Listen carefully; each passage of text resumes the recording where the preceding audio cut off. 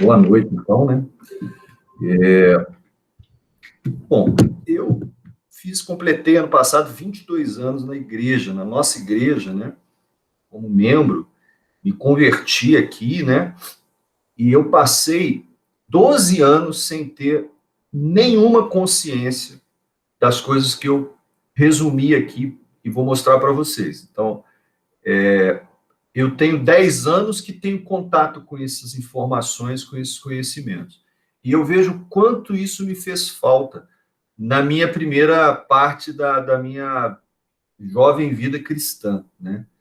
Porque teria me ajudado a discernir muitas coisas e perceber como que a história explica todas as coisas, ou praticamente no encadeamento do nexo causal, na construção da cultura, da cosmovisão, da teologia, da forma como a gente vê Deus, como vê o outro.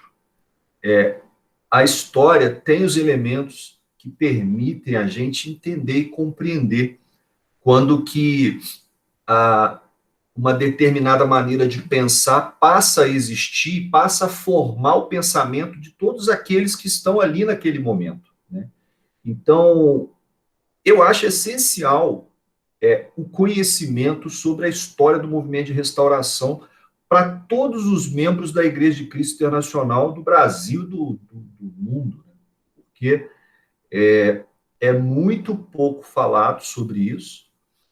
Nós nos desconectamos do movimento de restauração na década de 90 com a institucionalização da Igreja de Cristo Internacional, porque foi um cisma dentro da própria Igreja de Cristo tradicional. A gente sabe disso superficialmente, né? Mas a igreja permanecia dentro da Igreja de Cristo até o ano de 1993, 94, que eu não me lembro exatamente, mas nós temos até um livro que foi escrito por alguns irmãos da igreja que está disponível, contando um pouco da história da Igreja do Brasil, né? Eu vou fazer até um pontinho rápido nos slides que eu vou mostrar para vocês sobre esse livro. O Gabriel que passou para mim, foi construído. Eu tenho uma análise crítica do material, porque eu sou crítico com tudo, né? Minha natureza é crítica, então eu tendo a analisar criticamente todas as coisas, mas deve ser assim, eu acho que sem ser desconstrutivo, a gente precisa perguntar, né? Precisa questionar, e a consciência vai abrindo, né? E a gente vai discernindo melhor as coisas.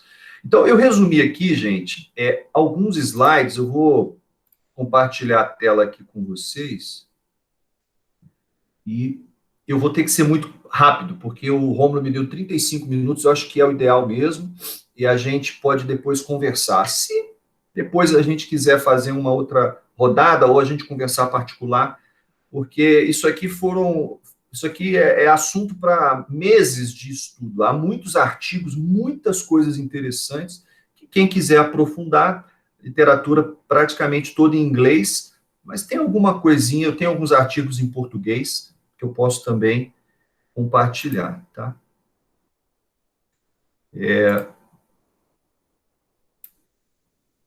não sei se está aparecendo aí para vocês. Tá sim, Gui. Tá, né? Tá mostrando, sim.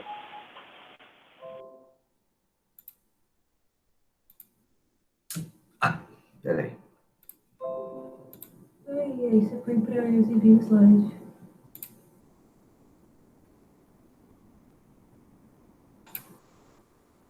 Não tá. Aqui para retornar. Não, fica aí não. Acho que fica fora, vê.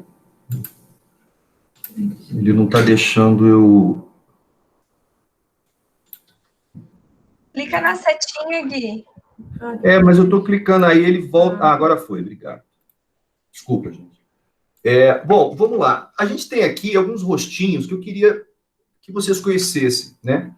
Que são os fundadores do movimento de restauração. O movimento de restauração, ele começou mais ou menos, vamos dizer assim, formalmente, ali no início do século XIX, 1801, 1810, por ali, tá? Esse indivíduo aqui no meio é o nosso teólogo, vamos dizer, o nosso teólogo principal, tá? Alexander Campbell. Ele era a mente, foi a principal mente do movimento de restauração.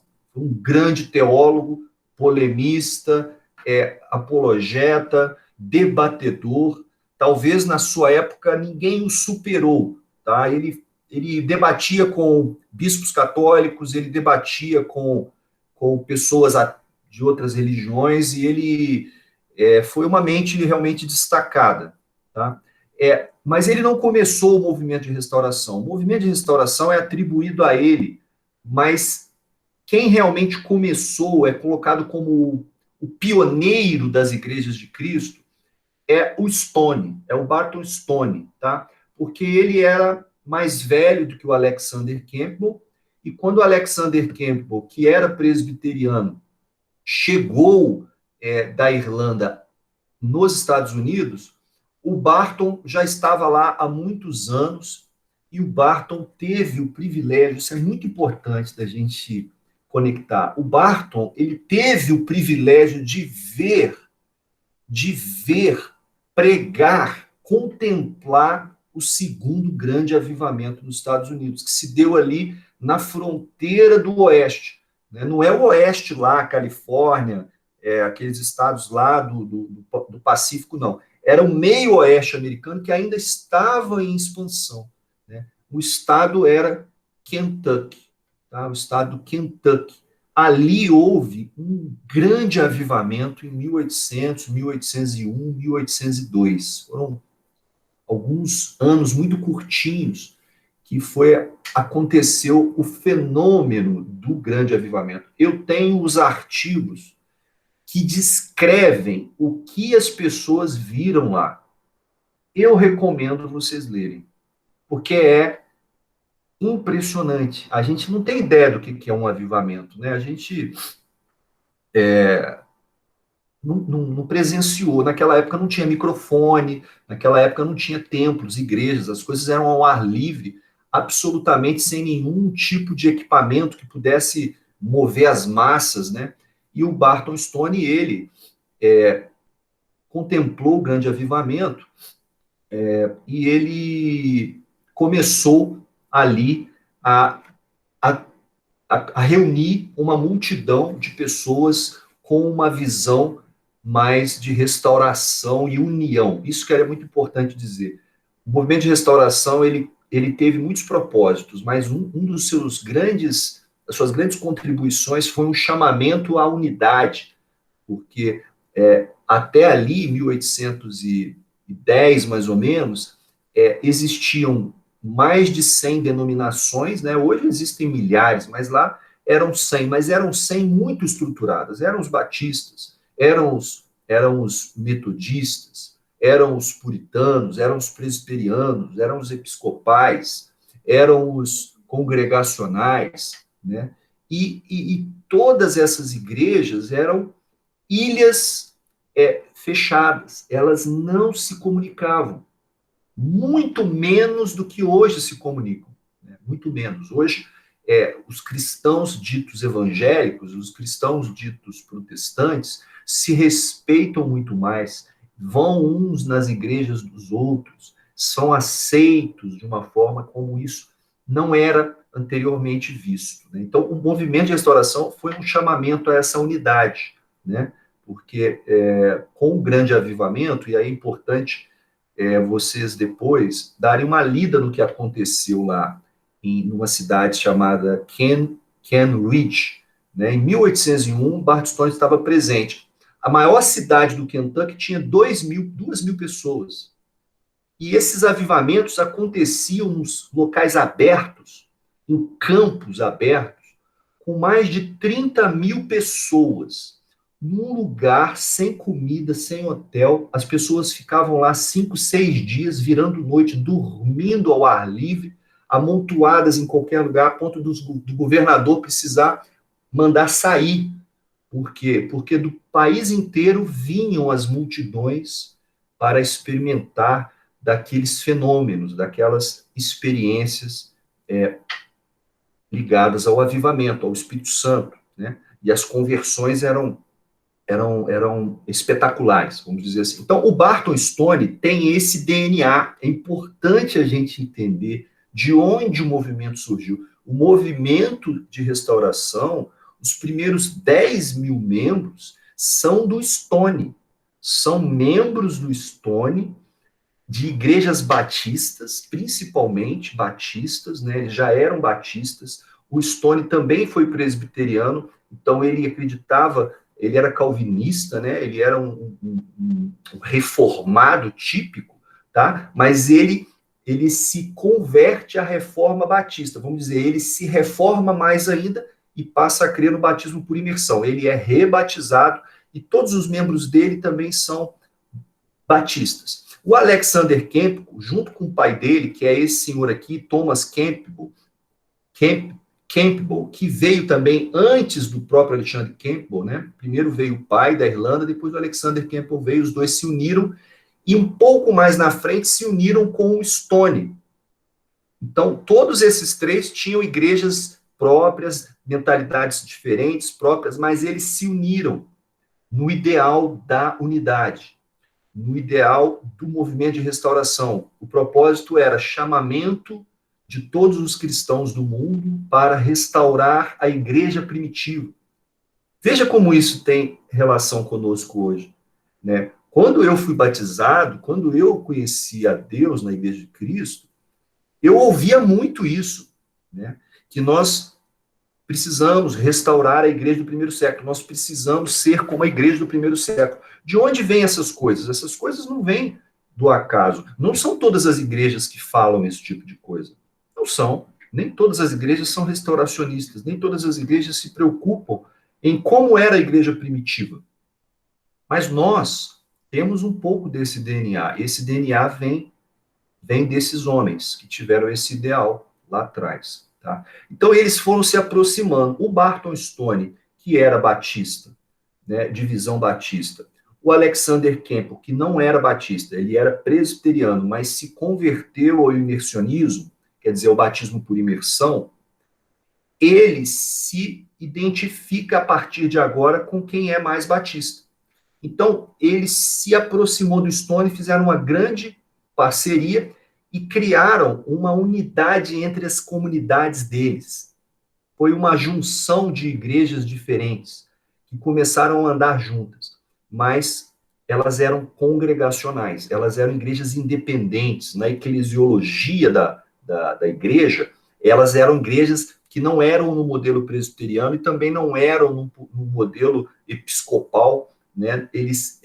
Onde você tem um líder, um bispo em cima dos pastores, e os pastores em cima de outros pastores, e uma estrutura hierarquizada. Não, as igrejas deles eram igrejas congregacionais, como as nossas são, né? Aí a gente pode se perguntar, por que nós hoje somos congregacionais? Por que o nosso modelo hoje são de igrejas independentes? Não foi isso que nós, quando fizemos a reforma em 2003, imediatamente procuramos reformar? Por quê? Porque quando o Kip McKean começou o Movimento Moderno de Deus, que era a nossa igreja de Cristo anterior, né, antes da reforma de 2003, a estrutura virou episcopal. Com o Kip McKean, ele era o Papa. Ele era o evangelista principal. As ordens vinham dele, desciam para os líderes mundiais, e os líderes mundiais para os setores geográficos para as cidades, e as cidades tinham seus setores, e os seus setores tinham as suas igrejas locais. São Paulo era assim, você tinha o setor geográfico do Brasil, São Paulo era a igreja, São Paulo tinha 25 setores, a Zona Oeste tinha 5 igrejas, a Zona Norte tinha 3 igrejas, o Marco foi líder lá de Santana, né, Marco?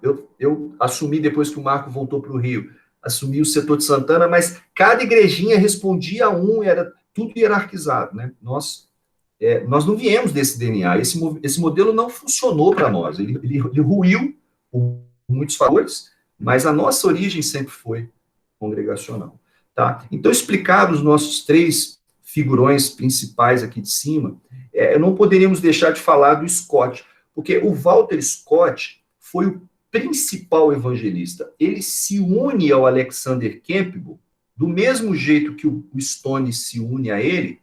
Um pouco depois, o Walter vem e ele se torna o maior evangelista do movimento se apoiando na teologia da salvação de Alexander Campbell, que é a nossa teologia. Isso é o mais importante. Tudo que você e eu acreditamos, quer dizer, eu não tanto mais, mas tudo que você acredita, ou a maior parte dos membros da nossa igreja acredita, sobre a mecânica da salvação, sobre o plano da salvação, sobre como uma pessoa é salva, está em Alexander Campbell. Isso é muito importante. O que ele escreveu criou uma linha teológica e uma cosmovisão que os teólogos chamam de campbelismo, né? Então, você já deve ter ouvido falar do calvinismo. Talvez você não seja um conhecedor profundo do que é o calvinismo, mas o calvinismo é a cosmovisão criada a partir da interpretação da narrativa da realidade feita por João Calvino, que fundou, vamos dizer, a teologia calvinista, né? E os presbiterianos bebem dessa fonte, e os reformados bebem dessa fonte, e os batistas bebem dessa fonte, e praticamente na época do século XVII, todas as grandes igrejas beberam nessa fonte, porque foi mais do que uma visão teológica, mas foi uma visão de mundo, de novo mundo, né? O próprio capitalismo surge do calvinismo, da interpretação, da releitura de como a sociedade deveria se organizar, até no ponto político, do ponto de vista político, né? Então, você já deve ter ouvido falar de Lutero, né? O Lutero criou o luteranismo, certo? E os luteranos e outras denominações seguem a visão de Lutero. Você já deve ter ouvido falar dos metodistas, né? São aqueles que seguem os métodos do John Wesley, né? E, para minha surpresa, há 10 anos atrás, eu descobri que eu era campbellista. Isso que eu fiquei muito chocado. Porque foi mais ou menos como perguntar para uma pessoa dentro da igreja presbiteriana se ela já tinha ouvido falar de João Calvino. Se você perguntar para uma criancinha de 10 anos, uma pré-adolescente dentro da igreja presbiteriana, que nasceu na igreja presbiteriana, quem foi João Calvino, ele te dá uma aula. Porque tudo que eles acreditam vem dele. Ou a maior parte da cosmovisão, da forma como eles veem a realidade espiritual, como eles veem Deus, como eles veem a natureza humana, né? A antropologia é pessimista, né? Quer dizer, a antropologia, o olhar para o homem é muito negativo, quer dizer, o homem sem Deus não é nada. Deus é tudo, o homem é nada. Essa é a visão calvinista. O homem precisa de Deus, o homem não vai a Deus por si só de maneira alguma. O homem é absolutamente passivo. Essa é uma forma de ver, né? Mas ela está em João Calvino. Então, você perguntar para um reformado, para um presbiteriano, se ele já ouviu falar de João Calvino, ele vai te dar uma aula de João Calvino. Se você perguntar para um metodista se ele já ouviu falar de John Wesley, ele vai te dar uma aula sobre John Wesley. Se você perguntar para um luterano quem foi Lutero, ele vai te dar uma aula sobre Lutero. Agora, se você perguntar para qualquer membro da nossa igreja quem é Alexander Campbell, ninguém sabe quem foi.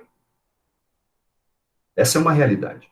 Então, aqui vem o meu peso crítico sobre a importância de nós avaliarmos a história e estudarmos, porque tudo que a gente acredita sobre salvação está na teologia de Alexander Campbell.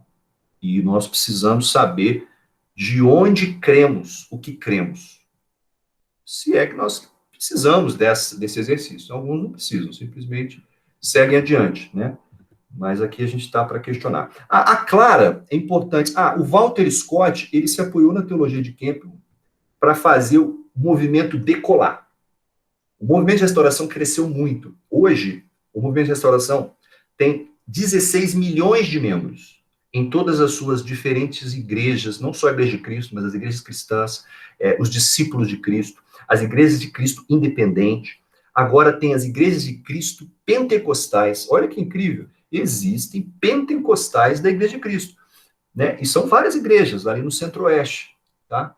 Eles acreditam na renovação dos dons espirituais, tá?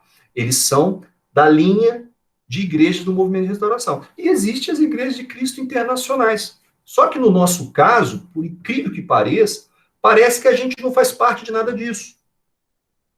Porque a gente, primeiro, não tem consciência de onde veio, né? Parece que a gente veio de 1977, que é a história que conta, quando que Maquin, mais os 30, lá na casa dos Albert, com a sua família e tal, resolveram fazer um voto de entrega total das suas vidas, de todos serem 100% comprometidos como discípulos, e dali começou o movimento moderno de Deus. A gente ouviu essa história, né? Vocês talvez mais jovens não, mas eu ouvi essa história até 2003, né? E ela ficou impregnada em nós. Parece que, quer dizer, tudo surgiu a partir de 1977, sendo que em 1977 existia 10, 15, 12 milhões de membros no movimento de restauração, né? Do qual o próprio movimento moderno de Deus, que é o nosso, quis restaurar. A gente voltou a ter o apelo restauracionista, né? Que é de restaurar aquilo que não funciona mais, né? Porque esse é o problema da restauração. A restauração, ela é muito interessante, porque é muito bom pensar em voltar a ser como era nos tempos de Jesus, nos tempos da igreja do primeiro século, do primeiro amor. Mas a palavra restauração traz consigo muitas coisas que degeneram a intenção.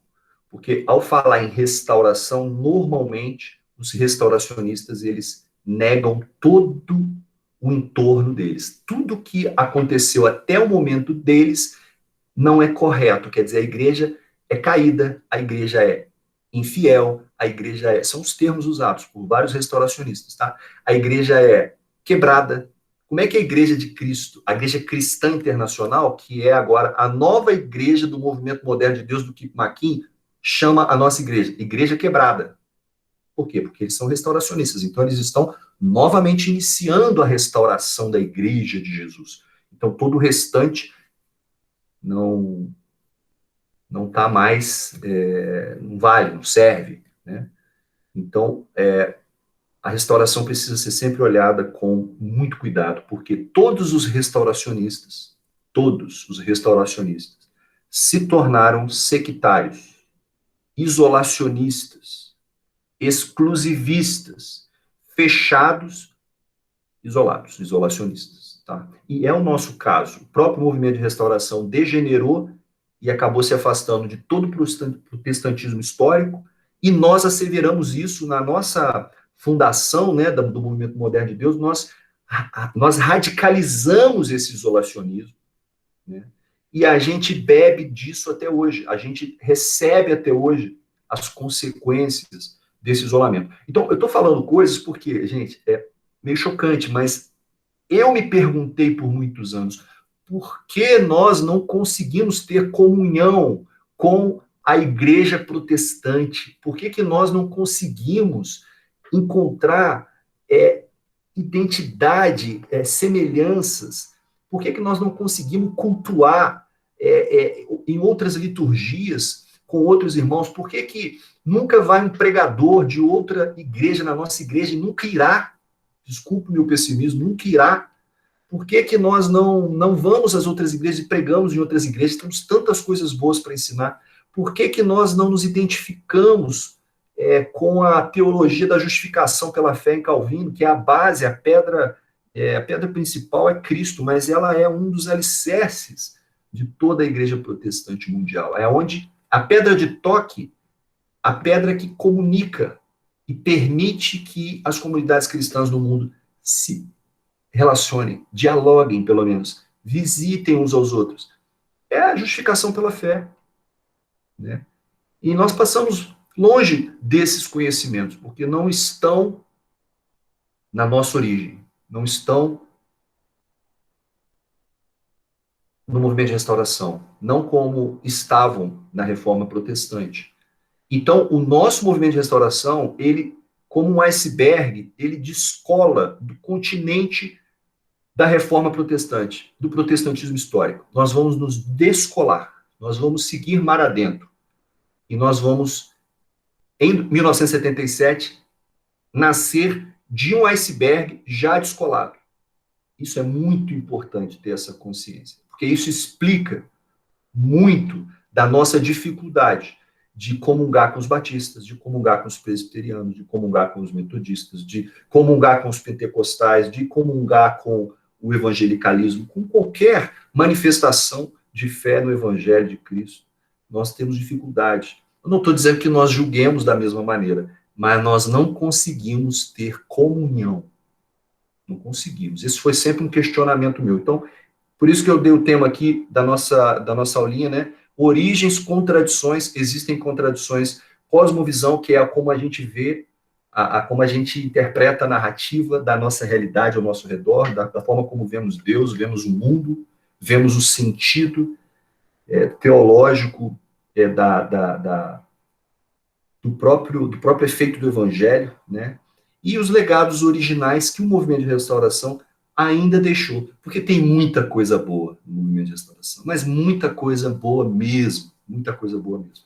Por último, eu queria falar da Clara, porque ela foi a primeira mulher ordenada ao ministério no movimento de restauração, bem lá atrás, tá? Então, o movimento de restauração sempre foi muito aberto nesse aspecto, as mulheres tinham um papel muito importante. Tem um grupo na igreja discutindo o papel da mulher, né? Você vê, lá atrás as mulheres já pregavam, já lideravam a igreja, pastoreavam, faziam. E o evangelho o mundo inteiro foi evangelizado também pelas igrejas do movimento de restauração. Como eu disse, mais de 180 países, mais de 16 milhões de membros. Né? Essa é a realidade. Bom, aqui eu queria destacar esse livro, que é um livro muito bom. Você pode baixar ele em PDF, né? São 100 acontecimentos mais importantes da história do cristianismo. Você imagina um escritor protestante, tá? Essa editora é uma editora protestante. Se eu não me engano, ela tem o viés dela, eu acho que é arminiano, mas não interessa nesse aspecto. Mas a editora Vida, os seus historiadores, os seus autores ali, eles elencaram 100 maiores acontecimentos da história do cristianismo. E eles colocaram lá, no ano de 1811, o surgimento da Igreja do Movimento de Restauração, né? Ele dedicou ali 2 páginas, né? São trechos bem curtinhos, né? Mas você vê, o nosso movimento foi tão importante para a história do cristianismo que ele está citado ali. Quer dizer, ele cita os Campbell, ele não cita a influência do Stone, né? Porque o nosso teólogo fundador, o principal, né, o Alexandre Campbell, ele foi muito proeminente. Então ele aparece, né? Como João Calvino. A gente se esquece que não tinha só João Calvino, né? Por exemplo, Lutero é sempre falado, mas ele tinha o Philippe Melanchthon, que era o cara. Foi muito mais importante do que Lutero, foi o Philippe, braço direito dele. O que ele fez o luteranismo avançar, né? Mas a gente fala de Lutero. Então, no caso dos Campbell, aqui fala, os Campbell dão início aos discípulos de Cristo. Olha lá, 1811, né? Era assim que eles se chamavam, discípulos. Por que nós temos um estudo chamado discípulo? Por que você acha que a ênfase em discípulo é tão forte, né? Ser discípulo. Discípulo é igual a cristão, né? A gente aprende isso no primeiro estudo bíblico. Já estava lá atrás, né? Eles só se chamavam cristãos, só se chamavam discípulos. Eles não queriam se chamar metodistas, eles não queriam se chamar batistas, eles achavam que essas denominações não eram bíblicas. E, de fato, não são. Os únicos termos bíblicos é cristão 2 ou 3 vezes no Novo Testamento e discípulos, né? Mas tudo isso está lá atrás. Não é invenção nossa. A gente é o que eles eram. Claro que a gente inovou em muitas coisas, né? Esse livro aqui, eu até emprestei o Gabriel uma vez, é um livro espetacular, um resumo histórico muito, muito superficial, tá? Sobre a Reforma Protestante, né? O nascedouro da Reforma Protestante. Aí ele vai passar ali por Erasmo de Roterdã, ele vai passar por Lutero, ele vai falar dos anabatistas, do puritanismo, né? Dos puritanos na Inglaterra, tá? E ele vai chegar ao movimento de restauração e apresentar os Campbell e tudo que foi o legado deles. Tá? É um livro muito bom, disponível aí, você compra na internet, vai te dar uma luz. Tá?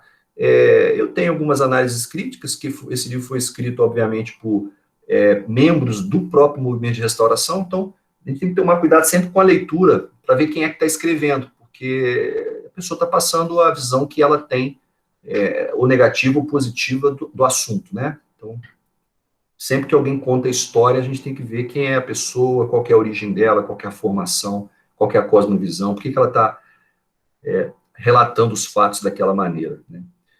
Esse outro material aqui também está disponível, gente. É o livro que foi lançado pelos membros da nossa igreja há um ou 2 anos atrás, tá? O Gabriel pode falar melhor do que eu, porque ele, de alguma forma, acompanhou, né? Foi um grupo de irmãos e tudo. Eu li o livro, eu acho que o livro é bom, né? Eu faço aqui a minha crítica, porque é um livro de quase 200 páginas, né? O menor capítulo do livro é o capítulo que fala do movimento de restauração. São 5 páginas, 4,5 páginas, né? E todo o capítulo 2 é a descrição de uma única fonte de referência, que é o Gordon Ferguson, que era um mestre, que era um presbítero da nossa Igreja de Cristo Internacional. E o material dele escrito em 1998, antes da nossa reforma de 2003. Então, um material totalmente enviesado, uma visão totalmente... não quero, né, mas a gente tem que buscar as outras fontes, a gente, quando vai falar da história, a gente tem que ser um pouco mais... a gente tem que ser mais investigativo, né? E a gente precisa ler as fontes históricas, né? E não os comentários de quem é do nosso próprio movimento. Porque, veja, se você lê o material do Gordon Ferguson, escrito em 1998, no auge da nossa loucura, no auge da nossa loucura teológica, de que nós éramos a única igreja, que nós íamos evangelizar o mundo, que todas as igrejas estavam perdidas. Em 98, quando eu cheguei na igreja, foi o ano que eu cheguei, era assim que nós pensávamos. Tá? Em 2003 caiu a casa, em 2004 em diante começamos as reformas. E aí tiramos aquele estudo do manual A Igreja Verdadeira, reformamos muitas coisas, graças a Deus. Tá? Então esse capítulo 2 eu leria com muita ressalva, né? Tem muita coisa melhor para a gente poder se autoconhecer. Tá? Bom, já falei rapidamente, eu tenho 3 minutos. O segundo despertamento em Ken Ridge, eu comentei 30 mil pessoas num único lugar, naquela semana, dormindo amontoadas, era uma loucura. Foi uma loucura. Os que escreveram sobre dizem que foi algo nunca, jamais visto e indescritível. Eu queria poder ler para vocês os textos de diversos narradores, inclusive jornalistas, que foram cobrir e ver o que estava acontecendo lá. Eles ficavam completamente paralisados, porque o que eles viam era manifestação sobrenatural inexplicável. Eu gostaria de ler, porque eu não saberia descrever como eles descreveram, né? Mas foi uma coisa muito louca, porque nada organizado. Imagina, a gente organiza uma conferência, igual os irmãos vão lá para os Estados Unidos, né? 20, 30 mil pessoas se reúnem lá, teve um evento, acho que em Santo Antônio, né? Tá para ter um agora, ou já teve lá em Miami, alguma coisa assim. Mas é tudo organizado, todo mundo tem onde dormir, o local lá você tem 30, 40 salas diferentes para as aulas, né? Lá não. Eles dizem que eram 40, 50 pregadores. Por isso que o segundo avivamento americano é muito importante. Eles pregavam ao mesmo tempo, cada um num lugar, num canto, porque era uma multidão que queria... As pessoas saíram a pé, de carro, de bicicleta, de todas as cidades dos Estados Unidos para ir para lá, ouvir uma mensagem, ouvir o evangelho, se converter. E chegando lá, não tinha um líder, não tinha alguém para pé, era uma multidão. Então, era o pastor batista pregando num canto, era o outro metodista pregando ali, e daqui a pouco os grupos se juntavam e um levantava, pregava. Muita desordem, muita coisa inexplicável, né? Mas foi foi isso que o Stone viu. Então, aquela unidade, ali não tinha mais separação teológica, ali não tinha uma eclesiologia, uma preocupação com qual teologia cada pastor estava pregando. Eles estavam pregando o evangelho, e isso despertou a unidade, a importância da igreja se unir, da igreja do protestantismo histórico daquela época se unir, né? Não havia preocupação institucional nenhuma. simplesmente houve uma cooperação entre todos para que o máximo de pessoas pudesse ser evangelizada e experimentando e experimentassem daquelas experiências sobrenaturais, porque avivamento não é uma coisa normal, é ordinária, é extraordinária, né? E aí vale a pena estudar os despertamentos, ou os avivamentos, ou reavivamentos americanos. Não foram só os dos americanos, não. Você teve avivamentos e despertamentos em praticamente todos os países da Europa, tá? A gente fala, pentecostal é coisa nova. Não, não é coisa nova, não. Você vai encontrar manifestações de renovação do espírito evangelístico em todos os séculos, tá? E coisas ligadas à vontade do Espírito Santo. Tá? Gente, eu não vou conseguir ler para você todos os pontos aqui, mas eu vou deixar aqui a apresentação, tá? Já comentei alguns desses pontos. A nossa origem é presbiteriana. Depois, irmãos, nós passamos por uma visão batista. Depois, Alexander Campbell asseverou a nossa teologia acerca do batismo e nos levou de volta à teologia da regeneração batismal, que é católica. Isso é muito importante a gente saber. Nós não fomos católicos o tempo todo. No início do movimento de restauração, o próprio Alexander Campbell, quando foi rebatizado pelos batistas, ele não cria na regeneração batismal. Ele desenvolveu a regeneração batismal uns 20 anos depois, e a escreveu e a sistematizou. E a sua teologia passou a ser, então, aceita. Por quê? Porque ele era um grande pregador, ele era uma pessoa diferenciada. Então, ele criou o campbelismo, ele criou uma forma de ver, tudo bem, tem a parte eclesiológica, tem a parte cristológica, mas tem a parte soteriológica, que a soteriologia é a ciência teológica que estuda a salvação. Então, Alexander Campbell colocou uma soteriologia que nós cremos hoje. Mas veja, você crê na regeneração batismal não porque ela é bíblica, porque todas as teologias são bíblicas. Todas estão na Bíblia. Você tira da Bíblia, mas você crê porque alguém escreveu, ensinou, doutrinou, sistematizou e fez fazer sentido. E toda teologia faz sentido. Se você for nas Escrituras, você encontra nela respaldo, tanto para o calvinismo quanto para o arminianismo. Você encontra até para outras coisas mais heterodoxas, tá?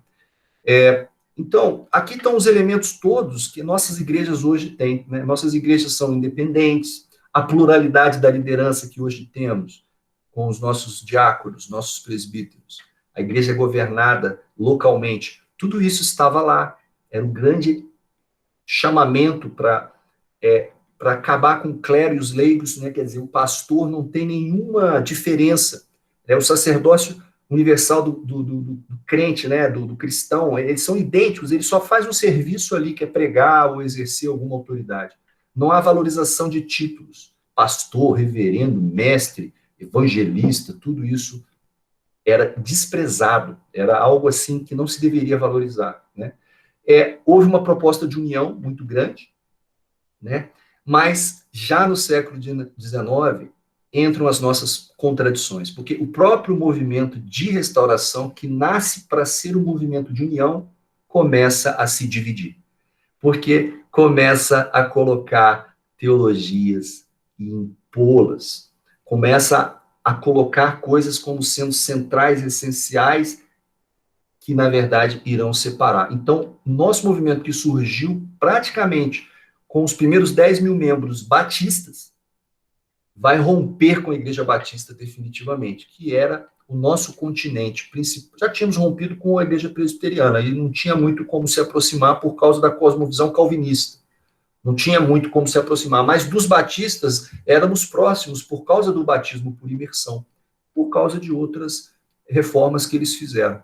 Tá? Mas aí implementamos naquela época a ceia dominical, não sei se você sabe, mas praticamente a única igreja que faz ceia domingo é a nossa. Eu te pergunto, por quê?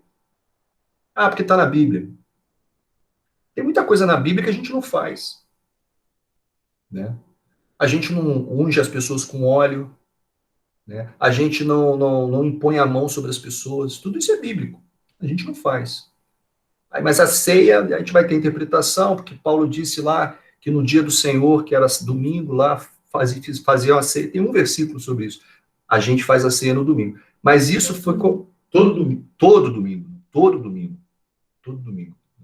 Como se não tiver ceia no domingo, parece que a gente está cometendo um pecado. A gente não tem consciência, simplesmente faz porque é feito, né? Então essas questões são importantes, a gente saber de onde vem, né? A nossa simplicidade dos cultos. O culto racional é totalmente influência do iluminismo e do racionalismo. Esse livro do Raiz da Restauração, que eu pontuei mais acima, fala sobre isso, tá? A grande influência do iluminismo no século XIX sobre o movimento de restauração. Nós somos uma igreja muito racional, muito racional. E é uma contradição, porque a gente nasceu do fogo, né? Vamos dizer, nós nascemos de um avivamento e o negamos completamente. Nós o negamos, não tem espaço para nada muito, vamos dizer, extático, nada muito sobrenatural, ulterior, não dá, não cabe, né? Nós retornamos à teologia da regeneração batismal, que é uma teologia católica. Então eu tenho essa triste notícia, às vezes eu falo, as pessoas ficam chocadas, nós somos muito mais católicos do que protestantes, sinto dizer a você. Tá? Retornamos a um sacralismo, a uma valorização do rito com poderes mágicos, né? Como a própria Santa Ceia passou para a Igreja Católica a ter poderes mágicos, porque é a transubstanciação do corpo e do vinho. A mesma coisa, que a gente acha um absurdo, né? Mas, para nós, na teologia de Campbell, e veja, todos os batistas rejeitaram essa teologia, toda a Igreja Reformada rejeitou essa teologia, por isso nos descolamos do continente do protestantismo histórico. Muito se explica pela nossa soteriologia, a nossa visão das águas purificadoras, né? Desse sacramento que é bíblico, né? Que indica, que sinaliza, que é tudo que diz que é, né? Mas nós precisamos interpretar a metafísica que está envolvida nessa teologia, em como o poder do sangue de Jesus passa para a água. É isso que está escrito no livro do Alexander Campbell, que eu vou mostrar para vocês qual é. Tá? A criação do plano de salvação de 5 passos que a gente ensina, né? Crer, obedecer, arrepender, confessar e ser batizado. Esse plano de salvação foi criado pelo Scott, pelo Walter Scott, tá? Por isso que ele simplificou de tal maneira o que é a salvação condicionada ao batismo, que criou um método que foi replicado. Aí tem aqui algumas informações importantes, já estou com 45 minutos, eu vou encerrar. Então, gente, os principais lemas aqui, ó, os principais lemas muito interessantes, todos eles, depois vocês leiam. Esse é o maior de todos, o primeiro. No essencial, unidade. No não essencial, liberdade de opiniões. Mas em todas as coisas, o amor. Tá? Esse aqui, ó, são os principais documentos históricos, todos eles são disponíveis hoje na internet, mas eu quero destacar esse aqui à esquerda, para terminar. An Essay of the Remission of Sins. Tá? Não sei se o meu inglês é muito bom. An Essay of the Remission of Sins. Tá? Um ensaio, uma introdução sobre da remissão de pecados. É aqui que Alexander Campbell coloca de novo as bases da regeneração batismal. Essa já é a terceira edição, 1846, mas a primeira edição é de 1830. Tá? Essa aqui, inclusive, é em Londres, mas ele escreveu nos Estados Unidos. Tem outros textos, outros documentos, e eu vou abrir para vocês. Desculpa aí, tá, Romulo? Me estendi 5 minutos a mais aí do que eu disse que ia fazer. Nada, que isso? Pô, meu irmão, brigadão, cara. Valeu mesmo aí. Foi ótimo. E para mim, acho que o que sei lá, mais tipo, explodiu aqui a cabeça foi e que chama atenção. Você sabia que você era um campbellista, cara? Sabia então, não, né? falar. Sabia não. Quepelista de carteirinha, meu irmão. Felipe, Gabriel, aqui, ó. A Bruna, a Tatiana. Marco Ribeiro, então, pô, quando eles eram líderes lá em São Paulo, é quepelista mesmo. E a gente não sabe quem foi o tal do Campbell, pô. Então, por isso foi muito... Obrigado mesmo, Gui, por trazer isso. Até estava vendo aqui aquele livro, você comentou para mim, até ganhei, da história do cristianismo, a Ana até abriu, fala até do Campbell aqui, um pouquinho, a Ana encontrou aqui agora. Então, a gente precisa conhecer a nossa história, né? Entender alguns dos princípios, algumas coisas que a gente acredita hoje, de onde é que vieram, e do que na verdade, a bagunça, o caminho, né, que foi traçando. Gostei dessa analogia do continente, a gente se descolou de um iceberg. A gente se isolou dos isolados, gente, isso é... A gente se isolou dos isolados, é muito isolamento, chega. Mas eu vejo, graças a Deus, ele fazendo uma obra maravilhosa aí ao longo dos últimos anos, na nossa vida, na nossa igreja, e a gente amadurecendo, né? Ó, tem um Fábio entrando aí. Então, basicamente isso. Aí tá. Vou abrir aí, galera, para os comentários, fazer pergunta pro Gui, tentar ser breve aí para dar mais tempo das pessoas falarem. Eu queria começar, não sei se... Quer começar? Já pode começar. Fábio, bem-vindo. Fala, Fabão. Fala, Gui. Obrigado pela aula, cara. Maravilhosa.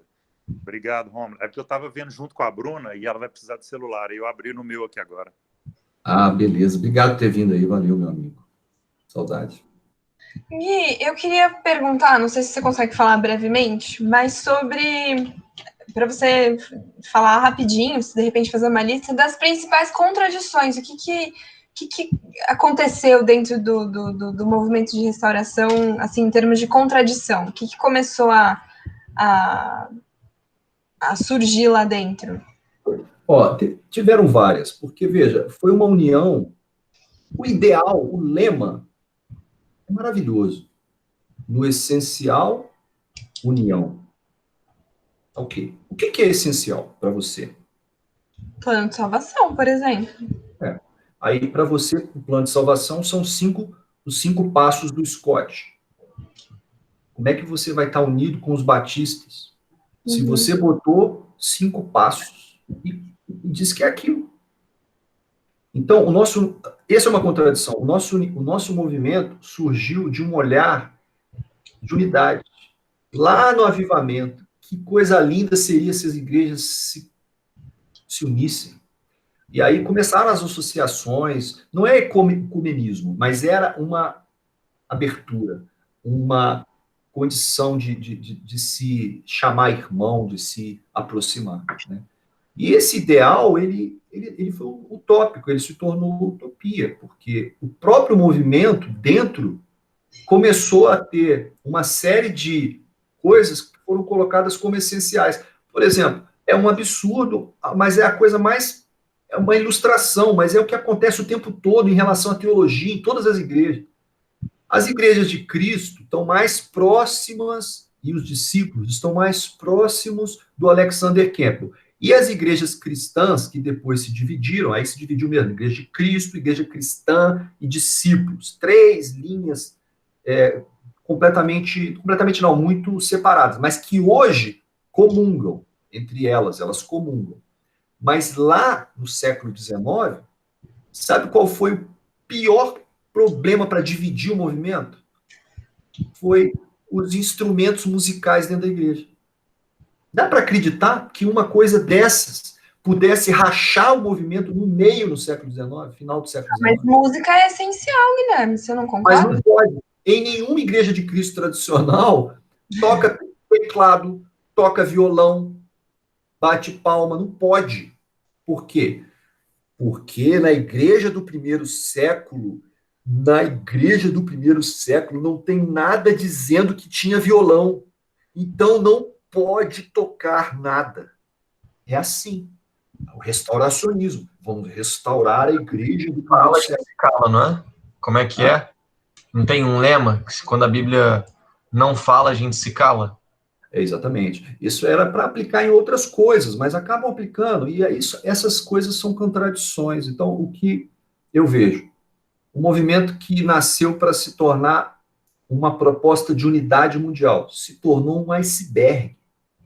É uma contradição absurda, é muito grande. E nós, quando fundamos a Igreja de Cristo Internacional, o Movimento Moderno de Deus, nós fizemos um iceberg do iceberg, porque nós não sabemos de onde vimos e não sabemos de onde vimos, de onde veio. Então, a gente fica completamente perdido nesse mar, sabe? Nós não sabemos quem somos e não sabemos por que não sabemos e nem com quem conversar. Aí você começa a estudar calvinismo, você, troço maluco, porque realmente aí você fica tentando se conectar com a história. Mas eu levei muitos anos para isso. E eu acho que isso não é essencial, mas em algum momento, eu sempre propus escolas bíblicas na igreja. Eu acho que tinha que ter escola bíblica. E começamos a ter agora, ano passado, aí vem a pandemia, começamos, né, a ter escolas bíblicas, porque tem certos conhecimentos que não vai passar de púlpito. Mas nós temos que...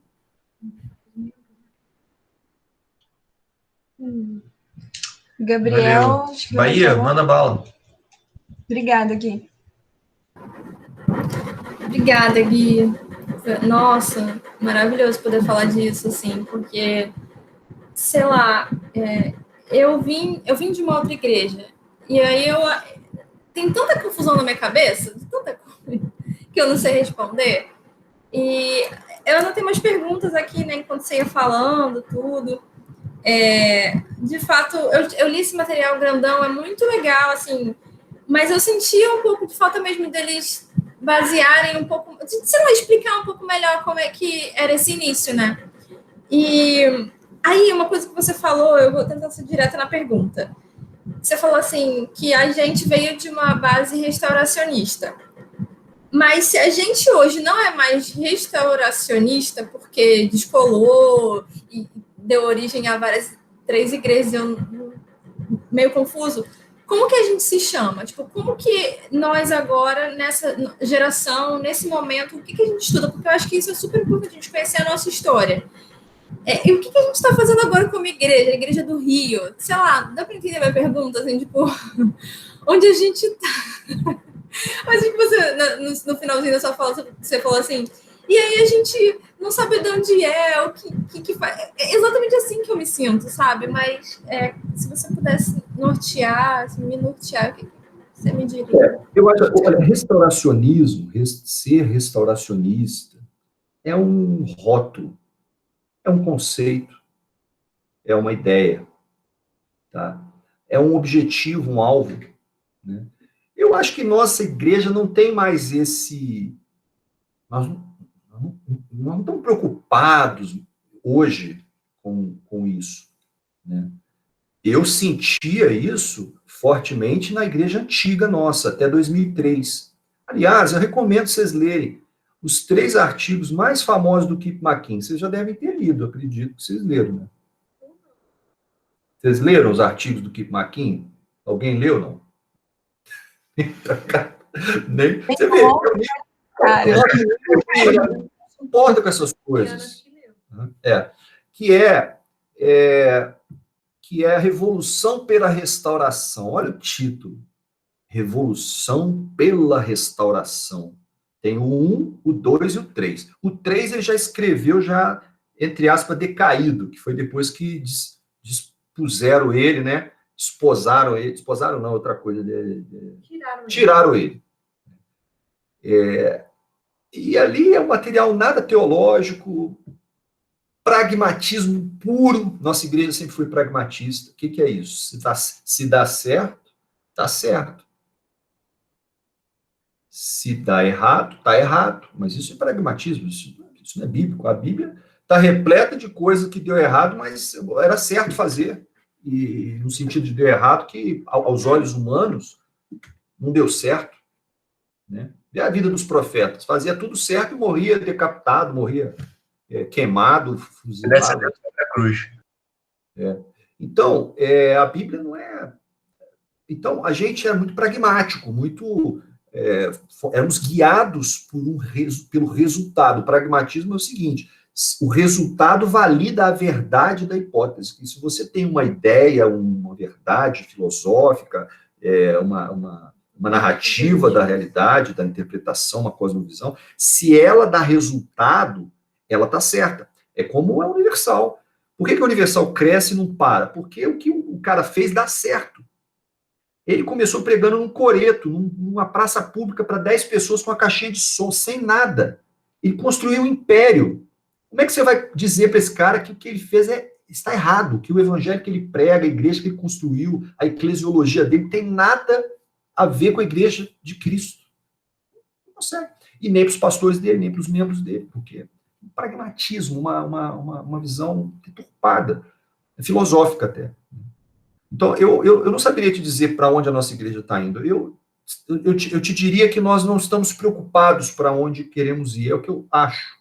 Nós procuramos, nos últimos 10 anos, arrumar a casa, cuidar dos irmãos, sabe? Ter uma eclesiologia que funciona. Levamos 10 anos para ter um presbitério aí, vamos dizer, um grupo de diáconos que não é mais questionado, que não é mais atacado, que cuida da igreja. Nós tivemos muitas... Lá em São Paulo, nossa, foi sem fim. Aqui no Rio, foi sem fim. Quem acompanhou sabe as lutas, as dificuldades. Em Belo Horizonte teve dificuldades também. Menos, mas teve. Brasília, praticamente nada. Mas a gente arrumou a casa. E a gente tem hoje uma igreja de irmãos que se amam, que tem muita convicção. Quem ficou, ficou mesmo. Né? Agora... o Espírito Santo vai nos guiando, né?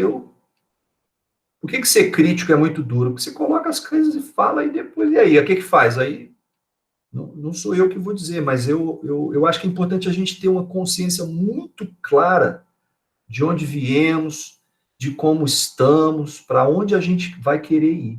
Né? Sem isso, como fala, né? Se a gente não conhece a história, a gente comete os mesmos erros. Isso é a coisa mais certa que tem. Então, volto a dizer, há uma inconsciência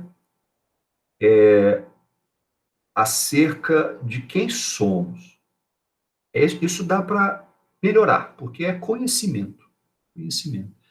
E eu acho que isso pode ajudar muito a gente a se relacionar. Eu acredito muito na capacidade da nossa igreja de ajudar outras igrejas. Eu já conversei muito com o Gabriel sobre isso. Eu escrevi, alguns irmãos sabem que eu escrevi um livro. Eu nunca publiquei, nunca dei, porque é polêmico demais, toca nessas coisas. Toca, parece que ataca, mas é para poder trazer a consciência. Eu acho que a nossa igreja tem tanta coisa boa que eu não saio daqui por causa disso. A Natália veio de outra igreja e ficou aqui. Ela quis ficar aqui, não quer, pronto. Nossa igreja é maravilhosa, é uma bênção. Nós temos o que nós temos de convicção, de amizade, de amor fraternal, de vida, de comunhão, de pureza, até de moral, até demais, porque nos traz culpas emocionais. Mas já temos melhorado muito, porque, como o Romulo falou, nós estamos experimentando do evangelho, nós estamos nos renovando a cada dia. Né? A igreja está crescendo muito espiritualmente. Não cresce em número, mas espiritualmente. Cresce, tem crescido. Muitas pessoas que ficam, que querem, têm crescido. Né? Aproveitar que eu estou com o telefone. Obrigada, eu concordo. Eu acho que é isso também. Tem muitas questões, mas normalmente a nossa igreja. Eu sou muito, muito, muito grata por tudo. Mas uma outra pergunta também que é Cris, eu acho que vai ser rapidinho, para deixar as pessoas falarem. Que eu até comentei lá no vídeo quando a gente estava vendo da Escola dos Discípulos, né? De Calvino e tudo, não sei o que, nessa questão da salvação em si. Como que eu ensino? Teve um momento que você falou que sobre a salvação e que todas elas são bíblicas. E assim, a gente lê tudo, tá? A salvação, a restauração, depois do batismo, E se tem várias, eu não sei elaborar melhor do que isso, tô com medo de ser meio herege ou falar besteira, sei lá. Mas como que eu ensino alguém sobre a salvação? Como eu ensino? Como eu sei o jeito certo e como eu ensino, sabe? E aí eu vou falar um pouquinho de mim, porque eu vim de outra igreja, eu sei que eu comecei a ter fé vem pelo ouvir, e eu cresci amando a Deus e tal. Eu não tinha aquele marco, aquela coisa do... Quando que Deus passou a viver em mim? Não sei. Mas eu tinha uma fé. Em que momento, sabe? Essas coisas, sei lá, eu fico pensando, não é essencial, eu sou cristã agora, tô vendo aí, vamos lá. Mas como é que eu ensino isso para as pessoas? Tanta crise estudando a Bíblia com as pessoas, tantos questionamentos, tantas orações, e tipo assim, tantos casos diferentes, né? Cada um é um, Deus é incrível, faz o que, né? Mas é a dúvida, como eu ensino, sabe? Tipo, se a nossa. Aí eu coloquei assim, se a nossa teologia não é a única, como é que eu vou ensinar? Se existem várias, como é que a pessoa vai saber? Sei lá. Então, você acha que isso explica pior? Nós estamos entrando no terreno mais difícil da nossa teologia. Eu tenho até medo de falar. Eu estou calado há 10 anos, eu tenho medo. Eu converso com o Romo, converso com o Gabriel, sem ferir a fé de ninguém, sem forçar. Você tem que pregar o evangelho da maneira como você crê. Porque o evangelho é o poder de Deus. O evangelho é o poder mais poderoso, né? O poder que ele por si só produz seus resultados, seus efeitos. E ele foi dominado, controlado, aprisionado pelo homem. A Igreja Católica é tanto poder que qualquer homem inteligente pega isso e faz um império. Ele distorce o evangelho, mas o evangelho continua a produzir, ele continua a salvar. Lá no Universal tem muita gente salva, mas muito mais salva que a gente, mas muito mais de oração que a gente, mas muito. Que fala com o demônio para sair, sai, e você, se for, vai correr, porque você tem medo. Eles enfrentam o diabo de frente, eles oram por cura de câncer, de cego, eles têm fé, muito mais fé que a gente, mas estão dentro de um lugar onde o evangelho é tão deturpado, mas o poder, quando a palavra é lida, você pode até dar uma interpretação, mas olha que o evangelho é lido e o Espírito Santo trabalha, né? Então, assim, eu não saberia te dizer. Eu prego hoje, eu estudo a Bíblia com as pessoas, eu falo hoje sobre salvação. Eu consigo usar os estudos bíblicos da nossa igreja, porque se eu estou aqui, eu devo formar alguém que possa comungar de uma cosmovisão similar, porque a gente se une naquilo que a gente acredita, nos valores, é isso que dá a liga. Se você não tiver a mesma maneira de pensar, a igreja, ela se une assim, faz parte. A religião é para isso, né? A religião, do ponto de vista humano, ela é necessária, porque ela cria unidade. É igual a tua família aí, seu pai, tua mãe, você briga com ele, no dia seguinte você está bem, mas só com ele, com o pessoal de fora não é. Então, vocês têm outras ligas que mantêm vocês juntos, né? Eu consigo fazer o estudo do plano de salvação. Ouvir, crer, arrepender, confessar, batizar. Eu consigo ensinar todos esses elementos porque eles são bíblicos. Eu faço isso para estar em união com a igreja. Agora, existem algumas coisas que eu não dou a ênfase, porque a ênfase é metafísica. A ênfase é mística. E ela não está explícita, ela foi sistematizada, mas ao ler a Bíblia, a pessoa não está tão preocupada com o momento, o segundo, o minuto. E nós sistematizamos isso. Se você pegar o estudo de batismo 1 do manual e o estudo de batismo 2, o 2 é pior, se você... Aí eu já estou medindo, mas é difícil. Você vai ver o esforço de colocar uma linha do tempo racionalista. Racionalista. Para dizer o dia, a hora, o minuto que você foi salvo. isso tem que conversar com a tua vida antes, com a tua vida depois, e aí você começa a fazer perguntas para a pessoa, porque a pessoa vai errar.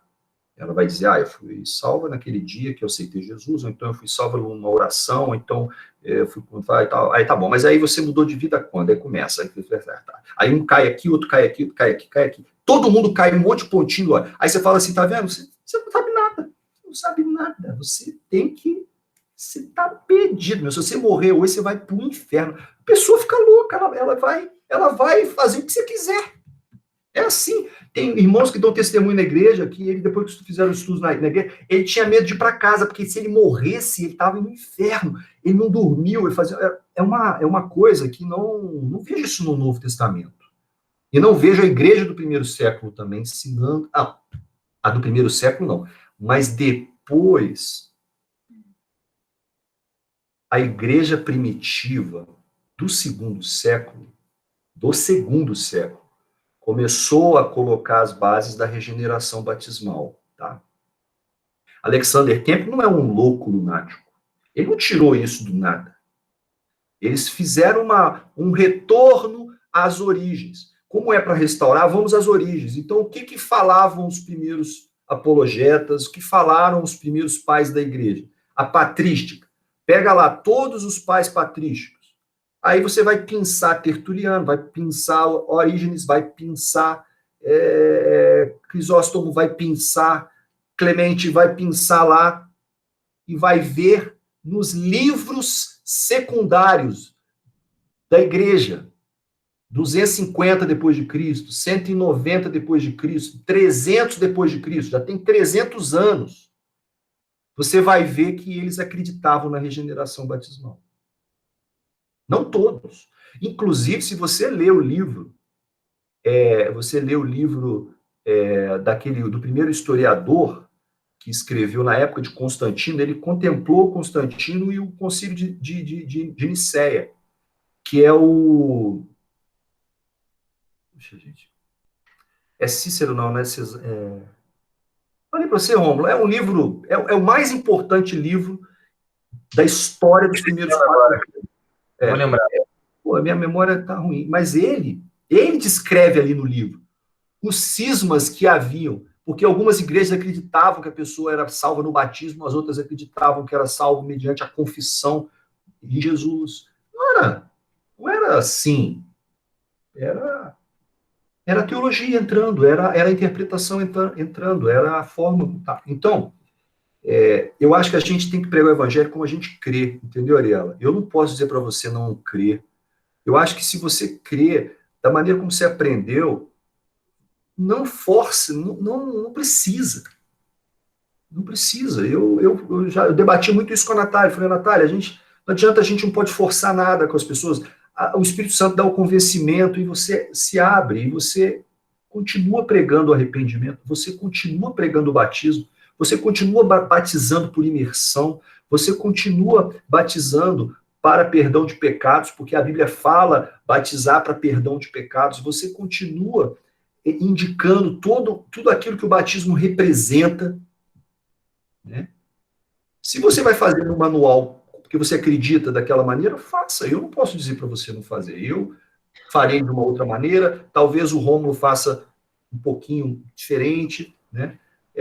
Graças a Deus, pelo menos nesses últimos 12 anos, não tem havido cursos para estudos bíblicos onde você é obrigado a ler e ensinar somente aquilo que está no manual. O manual sempre foi um manual de apoio. Graças a Deus, graças a Deus. Então, nós temos liberdade, né? E é isso. Eu acho que eu compartilho um pouco do que a Ariela falou e eu acho que eu vou um pouco além. Você está falando para a gente não se sabotar, né? A gente se conter aquilo que a gente crê e ensinar o que a gente crê. Eu acho que para nós que viemos de outra igreja, esse é o problema, porque a gente já se sabotou. Eu nunca deixei de acreditar coisas sobre o batismo do lugar onde eu vim, e eu ensinei coisas nas quais eu mesma não acreditava. Então, existe um conflito muito grande aqui, e até uma certa culpa, sabe? De, puxa, pessoas que passaram pelo meu caminho, né, lá na universidade, e coisas que eu ensinei que tiveram consequências na vida das pessoas, né, e que eu mesma não acreditava. Então, assim, de você realmente transmitir algo que, no fundo, você sente que não é aquilo, não é verdade, mas porque você não sabe como questionar, você não sabe como achar a resposta, porque, de fato, é muita coisa, você aceita. Não sei se a Ariela compartilha disso, entende o que eu tô falando. Na verdade, para mim é um pouco diferente, porque, assim, eu nunca fui ensinada do porquê eu estava sendo batizada. Eu não tinha entendido, eu não tinha a noção do pecado, que eu era uma pecadora. Então, isso para mim fez muita diferença. Então, para mim, foi muito marcante, de tipo assim, olha, eu sou uma pecadora, Jesus morreu por mim. Então, eu preciso me arrepender. Eu nunca tinha me arrependido dessa forma. Apesar de ter fé, amar a Deus, amar a Bíblia, achar que a Bíblia fazia sentido, gostar das coisas que eu aprendia. Então, para mim, isso é um pouco diferente. De fato, eu sou muito grata pelo meu estudo de pecado, pela forma que foi, pela linha do tempo, fiz tudo isso aí. E, assim, amei, foi como foi, e eu acredito que, assim, a base que eu tive lá na outra igreja na minha infância me ajudou a ser humilde para, tipo assim, não, vamos ver se isso aqui faz sentido. E fazia sentido, porque eu não sabia nada. Mas o meu ponto, que eu tava falando aqui com o Gabriel também, é que, assim, eu não sei o que acontece comigo, mas eu só estudo a Bíblia com gente que tem passado religioso, que tem uma história, tipo assim, absurda. A última menina que eu estudei a Bíblia foi quando eu realmente, assim, parei para me questionar um monte de coisa. Então, assim, só contar rapidinho. A menina tinha 11 anos quando foi batizada. A linha do tempo dela batia com as coisas. Ela ficou firme de que ela era salva, de que ela estava consciente, de que ela amava a Deus. Eu via uma cristã. E, assim, a linha do tempo batia, mas muitas outras coisas não. Ela acredita em um monte de coisa, mas ela tinha uma vida que eu falei, cara, não tem como questionar. E eu orava, e é isso. Mas eu enfrentei questões de irmãos na igreja de, peraí, mas tem isso aqui, mais 11 anos, mais não sei o quê. E assim, sabe? Então, no final, eu falei assim, e alguns irmãos falaram isso, né, que o Guilherme falou assim, olha só, é a experiência dela, é a vida dela, e eu acredito também que, sei lá, o Espírito Santo, ele dá uma confirmada, se você vê a vida da pessoa, sabe? Conhecida pelos frutos, a menina, enfim. E aí eu sempre peguei casos difíceis, assim, de tipo, e de me fazer questionar um monte de coisa, tipo, cara, não tava tendo isso daqui, não tem esse marco, esse tempinho, essa coisa, não era certinha, sabe? Mas a vida da pessoa condizia, e aí eu vou fazer o quê? Não vou fazer nada, eu não tô aqui, né, para dizer quem tá salvo, quem não tá, quem tá dentro, quem tá fora. E aí, mas isso, enfim, muitas questões. E aí eu também, mas eu entendi, Ana, que você falou que, tipo assim, também tem uma crise do, ai, mas aí eu tô ensinando isso, aí eu vou, enfim, eu vou parar de falar para as pessoas. Eu queria comentar um pouquinho só. Primeiro, Gui, mais uma vez agradecer. Acho que como você logo começou aí a nossa conversa, o questionar, o perguntar, o criticar, o ouvir de forma crítica, isso é muito importante em todas as áreas da nossa vida. E eu acho que quando a gente não faz isso, a gente acaba se colocando em situação difícil, né? A gente, por ignorância, a gente já pode acabar sendo conduzido para um lado ou para o outro, que seja política, que seja saúde, que seja qualquer religião, qualquer coisa, se a gente não questiona, a gente é refém. Então, eu queria agradecer por isso, porque você, em muitas conversas, a gente já teve várias dessas conversas que acho que a Ariel está trazendo aqui, que a Ana também está... Também já faz mais tempo, né, que essas coisas surgiram, não foi? Mas que me ajudou muito. Eu ainda não bati o meu martelo com relação a algumas das coisas. Tem muitos questionamentos, muitas coisas que eu penso a respeito. O que eu acredito muito hoje o evangelho tem poder e o meu papel como discípulo é pregar o evangelho.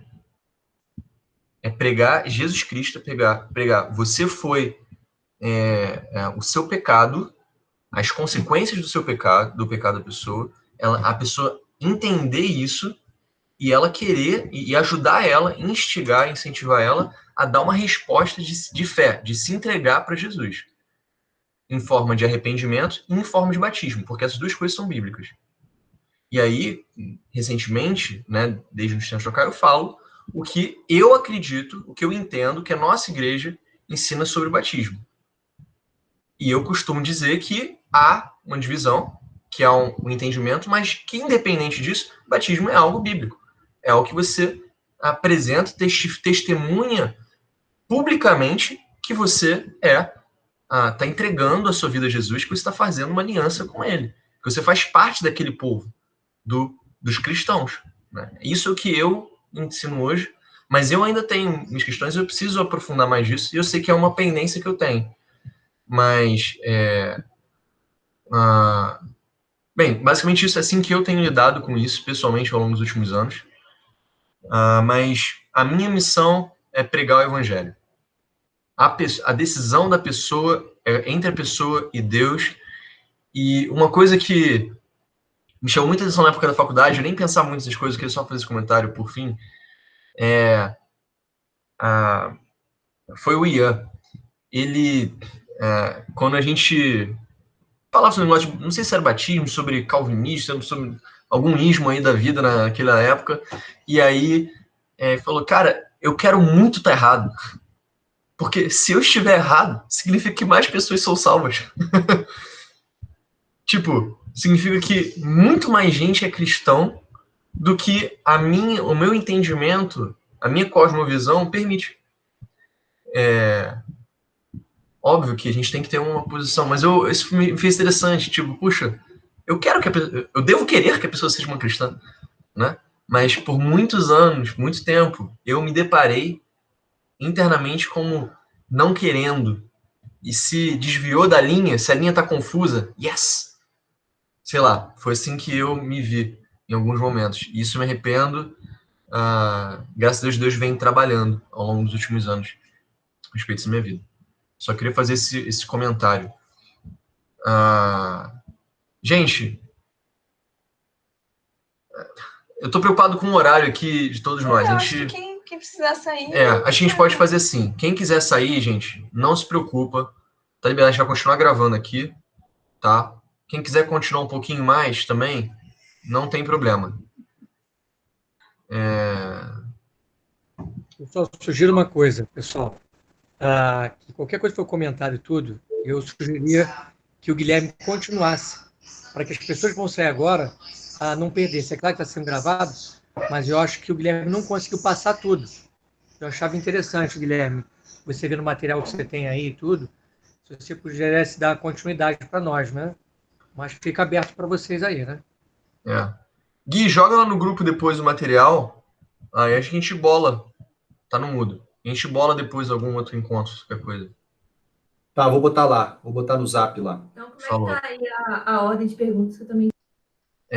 Eu não sei se o Felipe ou a Rebeca tinha levantado a mão antes. Acho que a Rebeca levantou a mão. Eu acho que a Rebeca...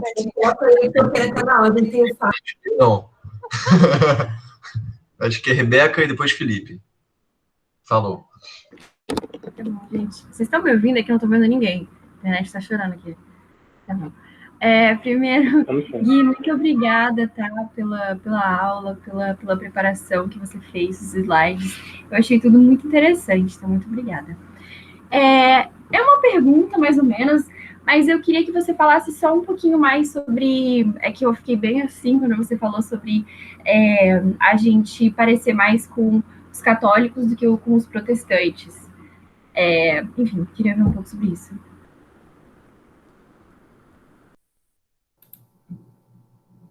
Olha, essa é uma provocação minha para doer mesmo. Essa aí eu falo só para doer. Essa aí... Falei isso para um líder da igreja, ele ficou mal comigo, com os olhão assim, não, isso... Porque é o seguinte, a teologia da regeneração batismal é católica. Ele é católico. Católico acredita... de regeneração batismal? Explica aqui, só para... tá. A regeneração batismal é uma teologia que acredita que você nasce de novo no batismo. Que sem o contato com a água não há transformação. O poder, ele se manifesta transformador pela água, a partir do instante da água. Então, antes da água é nada, depois da água é tudo. Então, antes da água, você não é cristão. Até aceito, porque ser cristão é um conceito, é ser de Cristo. Então, batize-se, seja, vai lá e assina a aliança. Sou casado aqui, ó. Se eu tivesse amigado com a Natália, eu não era casado, porque eu não casei. Então, batizou? Tá bom. Sou cristão.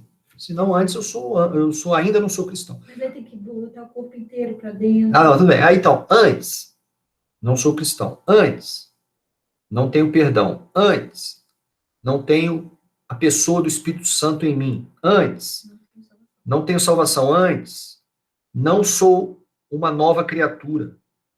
Antes, meu nome não está escrito no livro da vida. Antes. Depois daquele instante, tudo. Tá? Então, é assim que a gente acredita. É na água que há a regeneração do espírito. Porque a Bíblia fala que nós nos tornamos nova criatura. O espírito é vivificado, o espírito que estava morto vive. Né? Então, Jesus diz, deixe que os mortos enterrem seus mortos. Então, pessoas estão mortas. Em que momento o meu espírito passa a viver?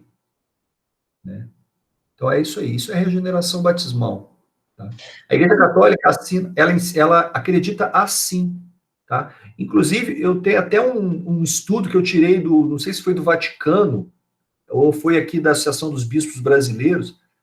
Eu tenho esse estudo da Igreja Católica. Igualzinho o nosso manual, igualzinho. A sequência das escrituras é a mesma. Igualzinho, mesmo, parece que a gente copiou. Então, é só uma provocação, é nesse aspecto. É claro que a gente não acredita no pé do batismo, que é o batismo de criança, nós não acreditamos. A Igreja Católica batiza a criancinha, né? Criancinha. Para garantir a hebreza. Aí tem todo o histórico de por que a Igreja Católica passou a batizar criancinhas. Aí foi também encontra respaldo lá nos pais da Igreja. Por que eu faço uma crítica muito grande a quem vai aos pais da Igreja para buscar recorrência histórica e teológica? Quer dizer, validação de teologia.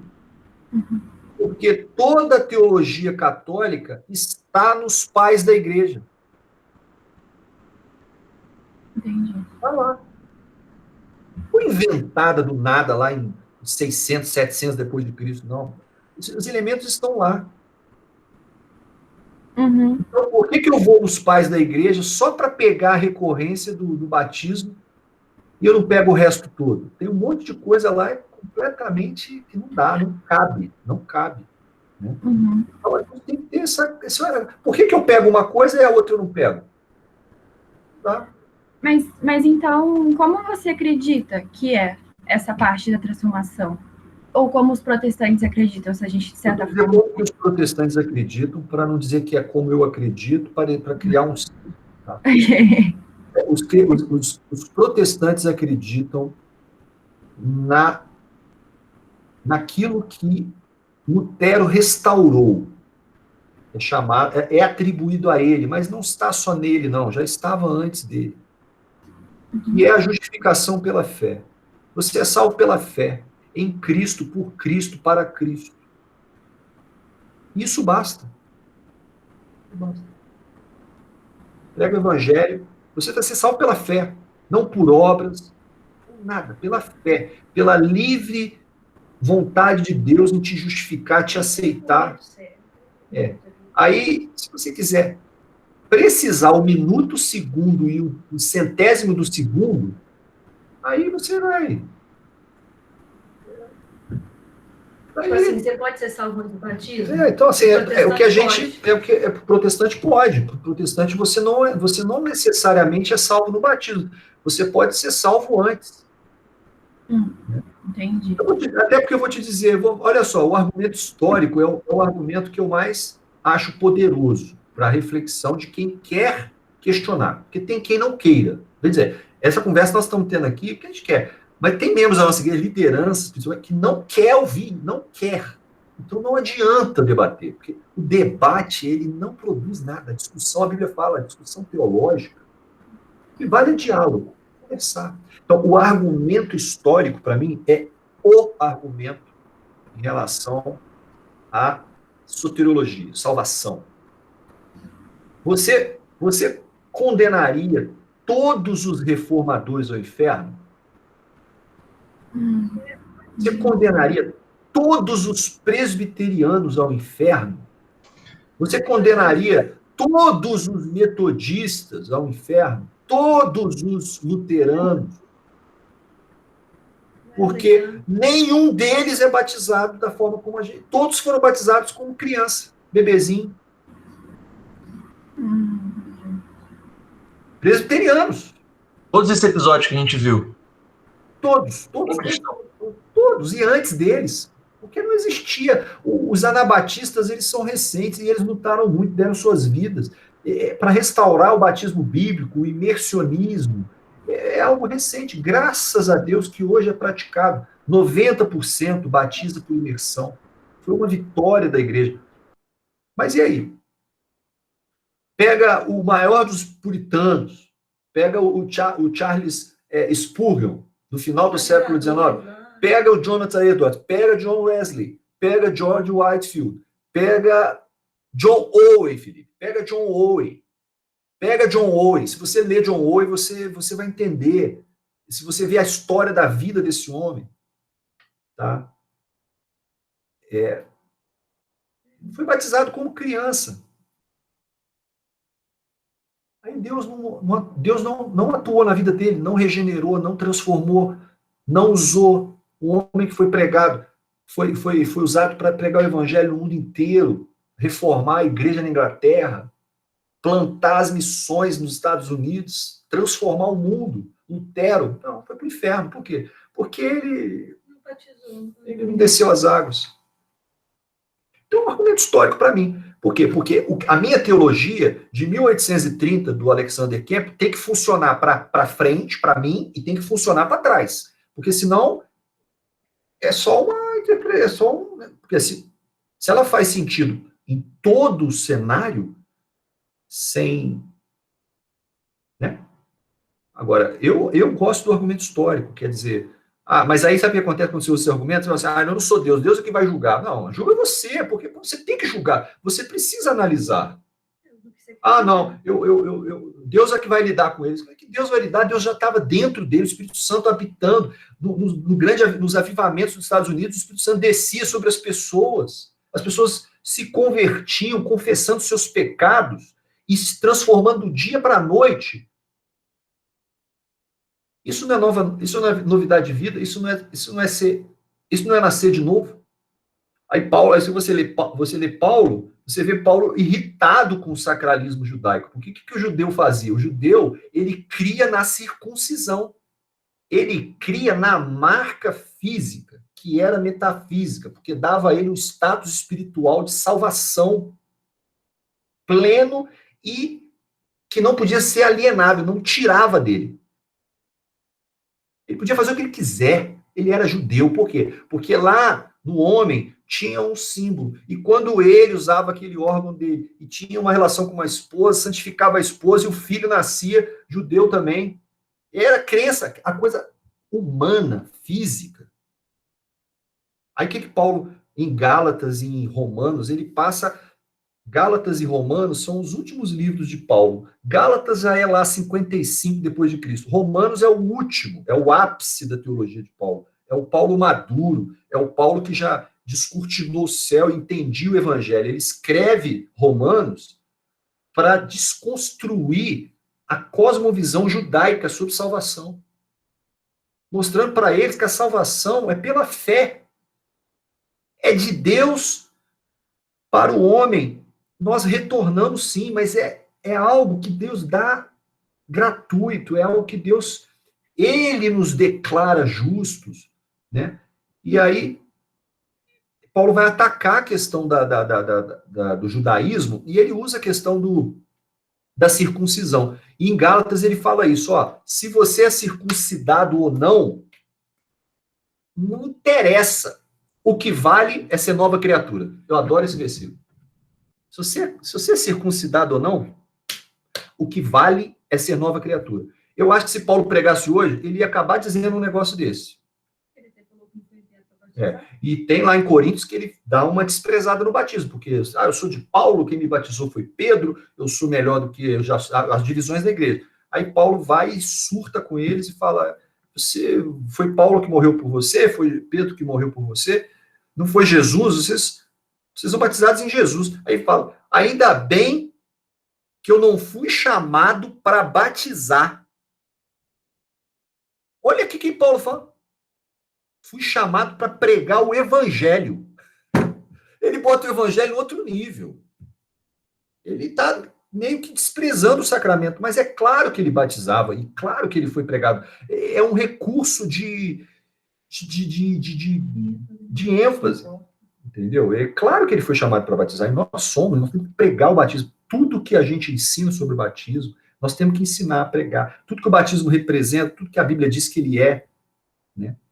E tudo isso é importantíssimo, importantíssimo. Não é diminuir o batismo.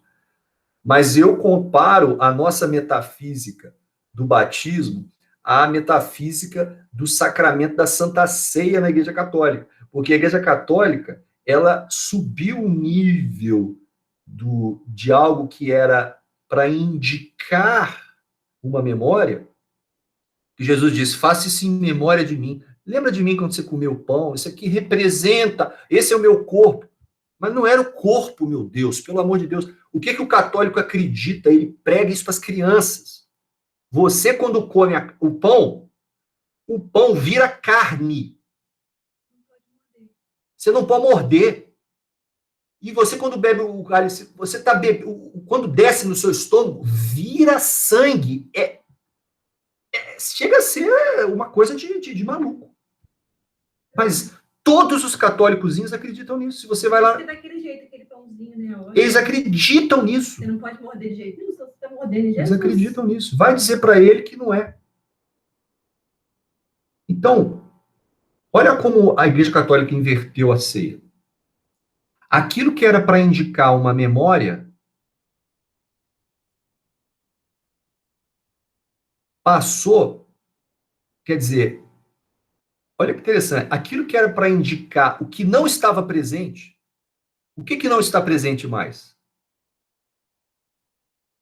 Jesus. Que ele disse, não estarei mais convosco, não comerei mais fisicamente.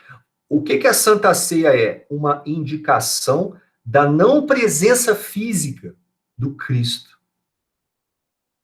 O que a Igreja Católica fez? Transformou ela na presença física do Cristo. Não é uma inversão do sentido do próprio sacramento. Eu interpreto a regeneração batismal da mesma maneira, uma inversão intencional do sentido, que é de celebrar o que não existe, sendo que o que não existe já existe. Ou você batiza alguém que não vive já em novidade de vida? Você batiza alguém que já não se arrependeu, já confessou seus pecados, já se lidou com a culpa, já pediu perdão para todo mundo, já ora, já até a oferta dá na igreja, não pisca na rua, não olha, mas se pudesse, é um santo. Você batiza essa pessoa. Ué, essa pessoa já não está em novidade de vida? Ela, do dia do batismo para frente, ela mudou? Se ela morrer um dia antes do batismo. A questão da morte, né? Se ela morrer, ela vai para o inferno? É uma questão. Você tem que responder essa questão, né? Eu já ouvi muitos irmãos dizer assim, não, eu acredito que Deus salva, Deus é misericordioso. Não, peraí, mas não é questão da misericórdia de Deus, é questão se a pessoa é ou não é. Está ou não está? Não cabe a mim dizer, até porque a gente não sabe quem é salvo. Você está aqui batizado na minha frente, às vezes eu estou com uma vida dupla, minha mulher não sabe, eu estou no quinto dos infernos e estou aqui dando uma aula para você. É possível? É possível. É possível, né? A gente não sabe quem é salvo. A gente não sabe quem é. A Bíblia só dá uma certeza para o proprietário da salvação. A certeza existe para você, mas não para você usar a tua certeza em relação ao outro, porque se você fizer isso, você está indo além.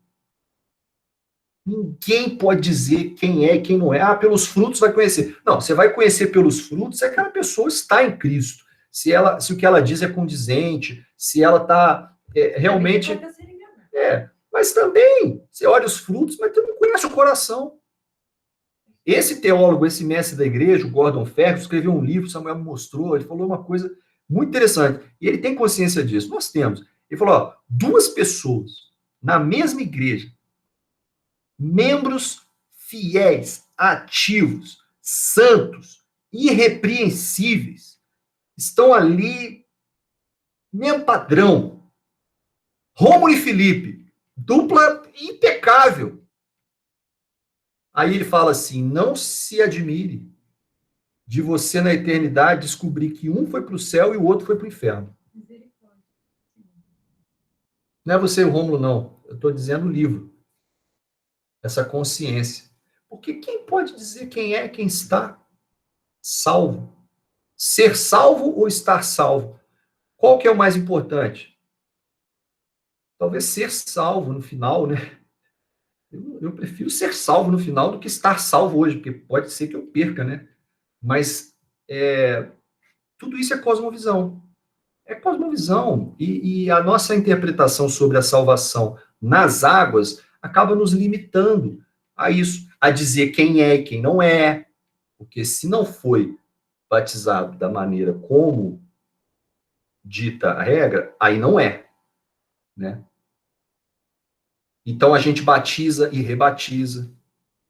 Em Belo Horizonte, a Tatiana está aqui, eu lembro disso, a gente batizava lá, montava uma piscina lá no Paládio, no cinema lá, montava uma piscina para batizar as pessoas. Aí a piscina era rasa. As piscininhas de 1.000 litros.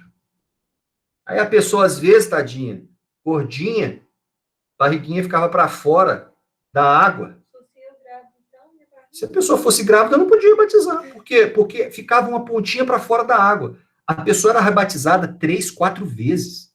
Descia, aí chamava um para empurrar os cotovelos, o outro empurrava a barriga. Gente, isso é de uma metafísica. Eu não cabe, eu já achava estranho.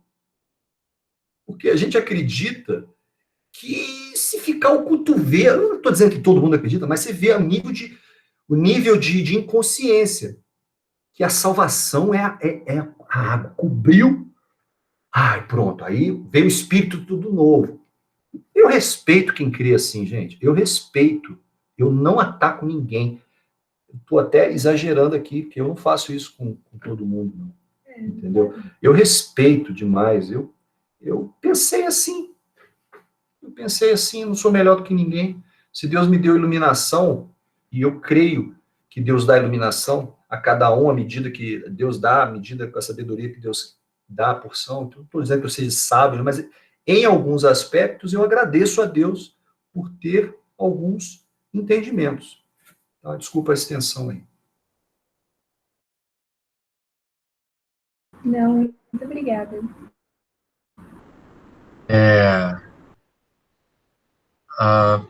Gente, Fê, você quer perguntar uma coisa? A única coisa que eu queria falar era só agradecer ao Gui mesmo. Meu comentário era essencialmente agradecer, até por uma coisa que ele falou, na verdade, depois acho que da Ariela ou da Ana, mas todo esse exemplo aí de a gente racionalizou muito, mas até vou tentar falar aqui o negócio, é só agradecimento, eu não vou estender mais não também, porque que dá o que falar, né, cara? Vamos lá, a gente tá falando aqui de coisas que são às vezes a base da nossa fé, E você já me deu umas chacoalhadas muito sinistras disso com o tempo. A cabeça já girou bastante aí ao longo dos anos com esses assuntos e eu acho bom, eu acho que é válido, acho que é extremamente saudável, né? Mas o ponto é muito sobre pensar assim, né? A sistematização, muitas das sistematizações vieram com o tempo, assim, a gente até viu que na história da igreja, né, do cristianismo, cara, o cânon veio muito depois, assim, o que as pessoas liam? Como é que elas eram salvas, então? Ah, não, mas o batismo é... Irmão, até alguém escrever, até alguém formalizar, até vir o credo, o segundo credo, mais direitinho, até vir todas as coisas assim, não teve cristão, não teve, então, gente que de fato amava Deus, não teve gente transformada, não teve... É muito absurdo, principalmente então pensar à luz do nosso movimento. Não teve cristão verdadeiro, pessoas salvas, até 1900... Por favor, né? Os livros que a Pelo gente menos presunçoso. Hã? Os livros que a gente lê, canções de quem a gente canta, tudo de não cristão também. Ah, sim. Pois é. Tudo de gente sem Espírito de Deus, tudo de pessoa de velha criatura. Isso é absurdo, né? Então, eu gostei da forma como você colocou, né? Assim, de... Como é que foi agora que você falou? Mas... não sei, mas só então trazer aqui, te agradecer, pelo menos o jeito que você falou aqui, alguma coisa que me tranquilizou um pouco mais também, né? De assim, cara, a mística em si, você não explica. É aquela música, né? Ninguém explica Deus. Assim, como é que... o processo, então, é querer enfiar, né? É querer colocar na caixinha, assim, você quer colocar, de fato, o processo do Salvador, do Senhor do Universo, de como ele dá nova estrutura, nova vida para um ser. Você quer realmente achar que você entende o que se passa na cabeça dele, como o poder dele age? Um pouco presunçoso, né? Então, acho que até é mais tranquilo imaginar assim, eu não sei. É isso.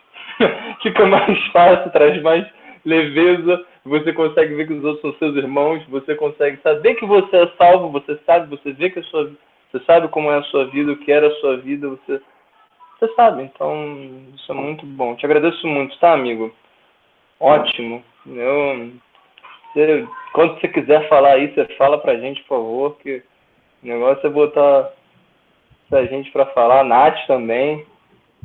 Esse casal é poderoso. A bochechona dela, ela tá bochechando. Eu amo vocês dois. Valeu. Ai, cara, muito obrigado, gente. Valeu, Gui. Obrigadão, meu irmão. Foi ótimo. Nath, quer falar? Eu só quero falar rapidinho. Estava na fila. Primeiro falar que gostei muito da aula também, obrigada. Foi bem esclarecedora. Eu sempre falo que eu gosto muito de conhecer as coisas, porque isso faz muita diferença. Lembro uma vez que eu estava evangelizando um ateu, e aí ele comentou comigo, assim, porque essas questões de estudar a história da igreja, a igreja católica e tal, eu sempre gostei muito, e isso me dava respaldo para, quando eu ia evangelizar, eu poder falar, porque as pessoas ficavam impressionadas com o meu conhecimento, que nem era tanto, mas que já era um pouco acima da média evangélica, assim. E aí eu lembro que uma vez eu fui evangelizar esse ateu, que os ateus normalmente, né, são muito estudiosos e conhecem muito bem muitas coisas, e aí eles ficam chateados, assim, ficam meio bravos com os evangélicos que querem pregar para eles, mas que não tem conhecimento histórico nenhum, não sabem nem exatamente nem de onde a fé deles, nossa, veio direito. Então, digamos que um ateu começasse a te fazer perguntas, uma pessoa mais crítica, uma pessoa mais estudada, sei lá, você fazer perguntas, você não soubesse nem quem foi o líder, quem foi a pessoa que criou aquela coisa ali toda, aquela sistematização. Então, isso eu acho que é fundamental para qualquer pessoa que evangeliza, principalmente a universidade, que é um campo muito de conhecimento, de saber, né? Se você não tiver um mínimo de conhecimento ali, pelo menos da origem, para responder essa pergunta inicial, já perde muita gente com quem a gente podia estar falando do amor de Deus. Esses pontos são muito bons para isso, inicialmente para chamar. e também depois para continuar, assim, no sentido...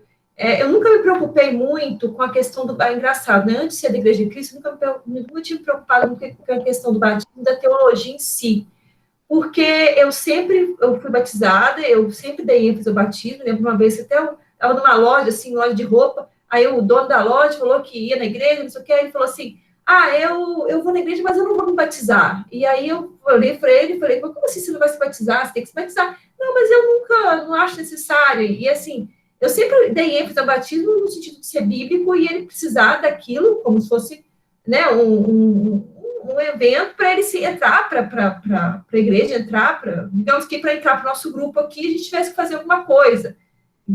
Não só na religião cristã, mas em várias religiões isso existe. Alguma coisa para você se tornar ali um membro. Só que, quando eu entrei para a Igreja de Cristo, o que assim, me chamou um pouco a atenção, que foi até o que demorou muito no meu estudo bíblico, é que, diferente da Ana Luísa, né, que apesar de crer, de uma certa forma, ela meio que se sabotou, e diferente da Ariela, que, na verdade, não tinha essa consciência tão forte, aí por isso que foi muito grata e quis, né, se batizar numa boa e tal, eu tinha essa consciência muito forte e aquilo para mim veio totalmente assim, tipo, o quê? Não. Isso daí não rola. Aí eu falei, eu não posso negar a todo mundo que eu conheço, falar, agora você é cristão, você não é cristão. E aí eu lembro que eu comentei com as meninas que eu estava, que estudaram a Bíblia comigo, sobre a presunção de inocência, que é um princípio do direito, que na hora me veio na cabeça, né, que eu estava estudando isso. Eu falei, não, você tem que partir do pressuposto que a pessoa é inocente. Não que a pessoa é culpada, que quando você vai condenar, né, julgar um criminoso, o cara matou. Mas assim, até ele ser condenado, você não fala nem que ele é o condenado, você fala que o cara está em julgamento, você parte do princípio sempre que ele é inocente. Se no final ele for culpado, condenado, aí você fala, bom, esse cara é culpado, condenado. Mas assim, você não vai nesse sentido de, você já é um não cristão e eu tenho que ver se você pode vir para o meu, entende? Para o meu lado de cristão, enfim, já parte para um outro tipo de coisa. E aí, o que me chamou a atenção na Igreja de Cristo foi essa ênfase dada ao batismo. E aí, eu fui descobrindo isso aos poucos, que alguns já sabem, né? Que eu fui descobrindo aos poucos que o batismo era salvação, que o batismo era perdão de pecados, que o batismo... E cada descoberta dessa era um choque. Porque para mim era muito, muito diferente do que eu cria antes e do que eu creio. Apesar de que eu falo muito bem que todos esses pontos são bíblicos. Então, se todos esses pontos são bíblicos, eles têm que ser ensinados. A minha única preocupação era a ênfase. Por que a ênfase? Por que eu bati tanto nesse ponto? Porque se a gente fica enfatizando isso, é o que o Ian falou, que o Rômulo falou, que o Ian comentou. Você tira da salvação uma galera enorme, e aí você começa a se achar muito melhor que os outros e o único mesmo, porque só você tem ali a chavezinha do planozinho certo, se qualquer coisa sair desse plano, tá tudo perdido. Então você fala, não, gente, peraí, nós somos a nata, e aí o julgamento acontece e a loucura vai para cima.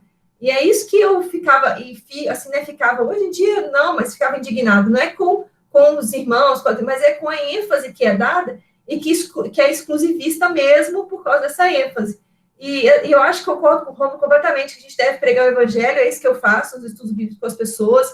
Eu não sou nem um pouco sistematizada, assim, não sou nem um pouco, porque eu não acredito nisso. Eu acredito que Deus é soberano em tudo, ele sabe o momento que alguém é salvo, se for antes do batismo, se é depois do batismo, ele sabe o encontro e o julgamento final para dizer se alguém é culpado ou não, ele mesmo vai fazer no final. Então, não quem sou eu ou quem somos nós para julgar quem vai fazer coisa alguma. Mas saber a origem da igreja, saber de onde isso veio, pelo menos isso a gente tem que saber. Se você estudar os caras e ver que aquilo ali é daquele jeito, ok, eu respeito muito, falo, não, Natália, olha só, eu li os caras, eu acredito dessa forma mesmo, amém, entendeu? Igual os calvinistas, tem calvinista muito fanático e tem arminianista muito fanático, beleza. Agora, o problema é aquela coisa, tipo, receber aquilo ali e só reproduzo sem nem saber de onde vem.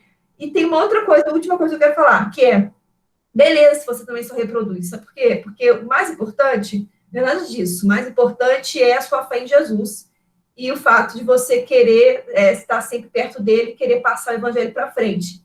Isso é o mais importante. Se você for daquelas pessoas simples, uma pessoa simples, sei lá, Natália, não quero ler, não me interessa. realmente eu vou falar com vocês, tem toda razão, fica na sua fé e vai fundo e ensina mesmo que o Espírito Santo vai te guiar. O Espírito Santo faz a obra, sabe? Só que assim, se em algum momento o Espírito Santo começar eu creio assim, que o Espírito Santo ele começa a incomodar a gente de alguma forma, tipo assim, não, peraí, não ensina tanto assim que você está excluindo muita gente, não ensina tanto assim que você está sendo muito soberbo, não ensina tanto assim que você não é só você. E aí é que está o ponto que eu bato nessa tecla sempre, não para ninguém, mas só para ajudar mesmo a gente a não julgar, porque eu falei, vamos ouvir a história da igreja, vamos estudar essa série que vocês passaram, maravilhosa, a gente ver que não somos só nós, não vamos julgar, eu bato sempre nisso, porque já vi muita gente sofrendo, sendo massacrada mesmo, e em outros estudos bíblicos, última coisa, pelo menos, nos últimos estudos bíblicos que eu fiz com pessoas de outra igreja, igual ela estava falando que pega gente de passado religioso, né? Então, às vezes as pessoas saem do estudo bíblico massacradas. Eu saí do meu estudo bíblico chorando, entendeu? Assim, eu chegava aqui em casa, eu despejava tudo no Guilherme, porque assim, eu parecia que eu estava tendo que defender a minha fé para cristãos e eu me sentia o tempo todo atacada, como se estivesse enfiando umas facas em mim ali, e eu tivesse que provar quem eu era para pessoas que se diziam, assim, né, de cristãs. Então, é um negócio que eu não desejo que ninguém passe por isso, e eu sou macaca velha, no sentido assim, graças a Deus que eu já tinha uma iluminação anterior, que a Maranata, que era a igreja que eu era também, é meio que uma seita, que eu já entrei sabendo, nesse sentido assim, então, porque eu vim da quadrangular, então, assim, eu já estava meio que vacinada com esse tipo de coisa e tinha misericórdia. Mas eu fico pensando, pessoas que eu estudei a Bíblia, que não tinham essa coisa e que saíam do estudo bíblico, assim, completamente surtadas, e, Natália, mas eu não sou uma cristã, eu falei, então, assim, é só nesse sentido de tomar cuidado e espalhar isso, espalhar para a gente não julgar ninguém. Valeu, Nath, obrigado. Eu rindo aqui muito, muito, é triste, né? É triste, mas acho a forma que você falou é muito engraçado. Mas muito obrigado aí pelas reflexões, pela discussão, é muito, muito válido. Eu não sei, só uma mensagem final para encerrar, eu pelo menos vou sair isso aqui com esta tarde já, acho que a gente pode talvez para outro momento, mas individualmente, não tem a menor dúvida que Gui, Nath, principalmente, acho que todos nós aqui, se quiser marcar uma conversa, a gente conversar mais a respeito, a gente pode fazer em outro momento. Mas eu não sei em qual fase você está, cada um aqui, da sua reflexão a respeito desse assunto. Eu sei que principalmente talvez Rebeca, Ariela, não sei, Gabriel, eu sei que já teve uns mind blows aí com o Guilherme, mas principalmente você talvez, Rebs, fica em paz, tá? Eu já fiquei muito mal, eu saí às vezes com a cabeça tão explodida que a gente fica confuso, né? Isso é bom, mas fique em paz que Deus ele está trabalhando, ele vai esclarecer as coisas com o tempo, à medida da sua fé, a fé de cada um. Deus é maior do que essas coisas todas. Deus é o Senhor da história, que é o que a gente aprendeu, né, acima de tudo isso aqui. Ele conduz a igreja dele, nem as portas do Hades vão segurar a igreja. Então, para a gente ficar em paz, né?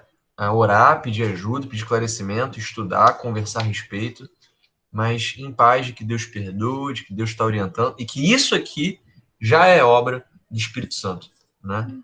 Então, só isso que eu queria trazer para a gente encerrar, tá bom?